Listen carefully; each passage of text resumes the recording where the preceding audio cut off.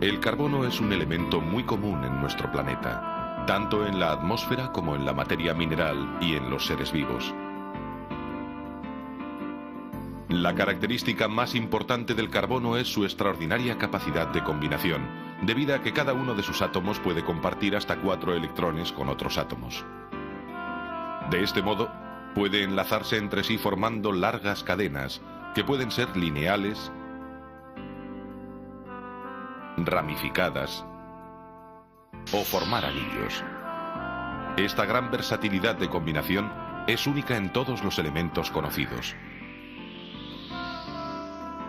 Además, los átomos de carbono se pueden enlazar con otros elementos y formar una enorme variedad de compuestos. Actualmente se conocen más de 2 millones de compuestos de carbono, pero aún pueden aparecer más.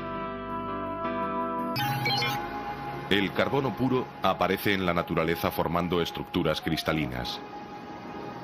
Cuando sus átomos cristalizan en el sistema hexagonal, se forma el grafito, una sustancia negra y blanda que mancha el papel y con la que se construyen los lápices. Pero cuando cristalizan en el sistema cúbico, los átomos de carbono forman una de las sustancias más fascinantes que ofrece la naturaleza, el diamante. Se forman en la profundidad de la Tierra, a más de 100.000 metros, sometidos a enormes presiones y temperaturas.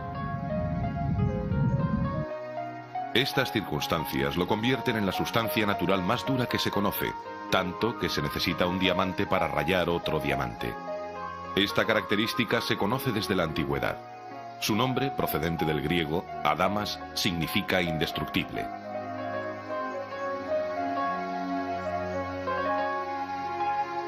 Pero la característica más fascinante del diamante es su extraordinaria belleza, una vez tallado. Por eso es una de las sustancias más caras que existen.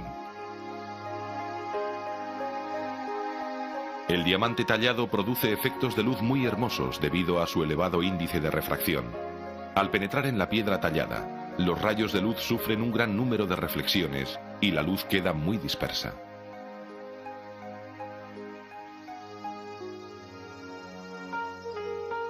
Pero en la naturaleza el carbono suele aparecer sobre todo combinado con otros elementos. Así, el dióxido y monóxido de carbono son dos gases bastante frecuentes en la atmósfera. Otro compuesto de carbono que abunda es el carbonato cálcico, que forma parte de muchas rocas.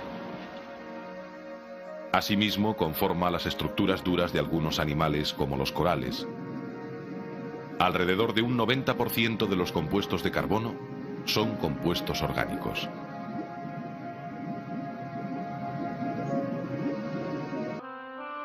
De los casi 100 elementos químicos que se conocen, solo media docena, carbono, hidrógeno, oxígeno, nitrógeno, fósforo y azufre, constituyen el 96% de la materia viva. Sin embargo, la gran diversidad de vida que existe en la Tierra se debe en gran parte a las propiedades del carbono de formar cadenas y de crear una amplia gama de estructuras. Muchas sustancias de los organismos vivos están formadas por moléculas gigantes de miles e incluso de millones de átomos que reciben el nombre de polímeros. Entre ellos están los hidratos de carbono, las grasas, las proteínas y los ácidos nucleicos. Los hidratos de carbono son sólidos blancos que se forman en la fotosíntesis. Entre ellos está la glucosa, el principal combustible de los seres vivos. Casi la mitad del carbono presente en los vegetales está en la celulosa. Otro hidrato de carbono importante es el almidón, el principal constituyente de las patatas, el arroz y el pan.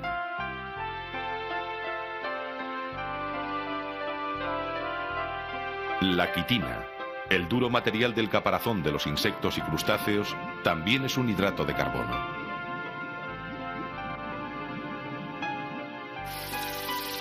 La principal misión de las grasas es la de servir como reserva energética. Sin embargo, otras grasas forman parte de las membranas celulares, intervienen en los procesos inmunológicos, son hormonas, ácidos biliares, etc. Las proteínas están formadas por una variedad de otras moléculas complejas más pequeñas, llamadas aminoácidos.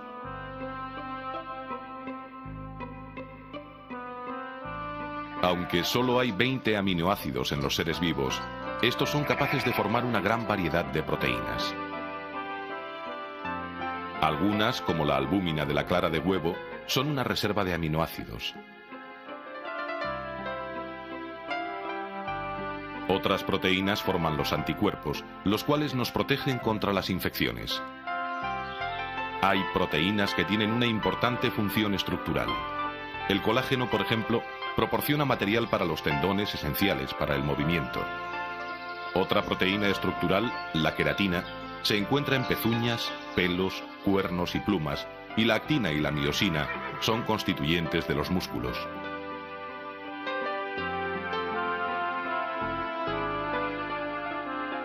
Aún más complejos son los nucleótidos. A partir de ellos se forman los dos ácidos nucleicos, el ácido ribonucleico, o ARN, y el ácido desoxirribonucleico, o ADN. Estas macromoléculas de hasta miles de unidades son el material genético que controla cada célula. Se reproducen a sí mismos, controlan la síntesis de proteínas y la formación y descomposición de todas las demás sustancias de los tejidos vivos.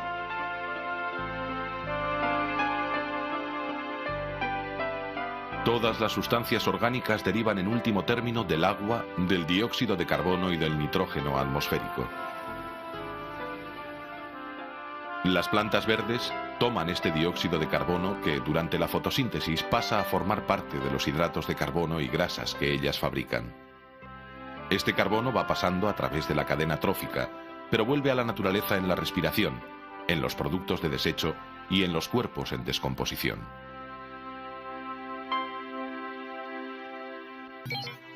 El hombre utiliza muchos polímeros naturales y artificiales para las más diversas aplicaciones. Entre los polímeros naturales destaca el caucho, que se obtiene a partir del látex, una sustancia lechosa que se obtiene raspando las cortezas de algunos árboles tropicales, como la hevea.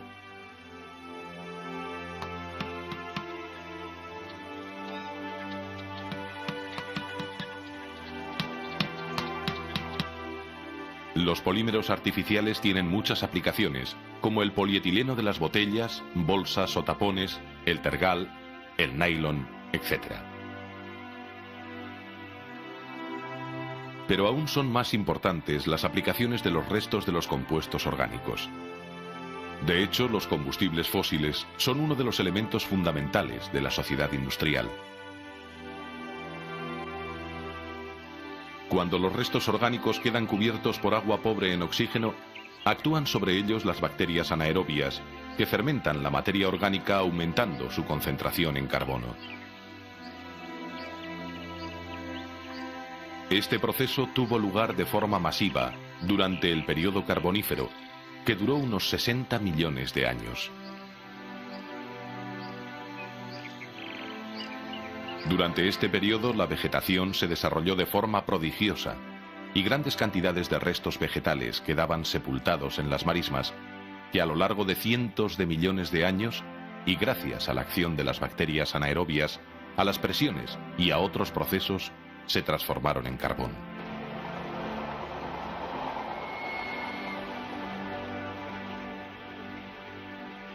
La turba es el carbón más reciente. Es una sustancia parduzca, esponjosa y muy ligera que contiene hasta un 60% de carbono. Más antiguo es el lignito, tiene hasta un 75% de carbono. A más profundidad se encuentran la hulla y la antracita, que contienen hasta un 98% de carbono. Sin embargo, el combustible por excelencia es el petróleo. Un líquido negruzco, de olor fuerte, menos denso que el agua y que se originó por acumulaciones de plancton y otros organismos animales y vegetales. A partir de él se obtienen combustibles como la gasolina y muchos otros productos como plásticos, tejidos sintéticos, etc. El petróleo suele aparecer junto con el gas natural. Este es una mezcla de hidrocarburos formados por carbono y se emplea también como combustible. La mayor parte de la energía utilizada por el hombre se obtiene a partir de los combustibles fósiles. Su combustión hace que el carbono vuelva a la atmósfera. Su abundancia nos hace olvidar a veces su enorme importancia. El carbono es el elemento básico de toda forma de vida y es absolutamente imprescindible en todas las facetas de nuestra existencia.